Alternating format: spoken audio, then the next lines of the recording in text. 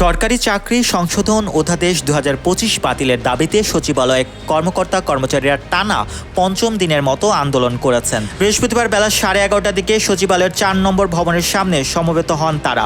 এক পর্যায়ে তারা বসে পড়ে বিভিন্ন স্লোগান দিতে থাকেন। অধ্যাদেশ বাতিলের দাবিতে সর্বশেষ ঈদের ছুটির আগে ৩ জুন পর্যন্ত সচিবালয়ে বিক্ষোভ করেছেন কর্মকর্তা কর্মচারীরা। চাকরি অধ্যাদেশ বাতিলের দাবিতে সরকারের ৭ উপদেষ্টাকে স্মারকলিপিও দিয়েছেন তারা।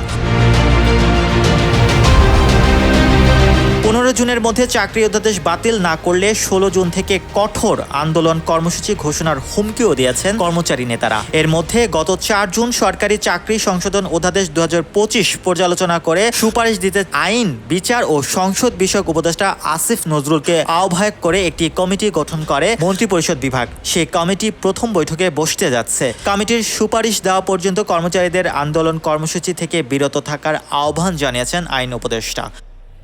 Mohammad Rasel, news 21 news desk.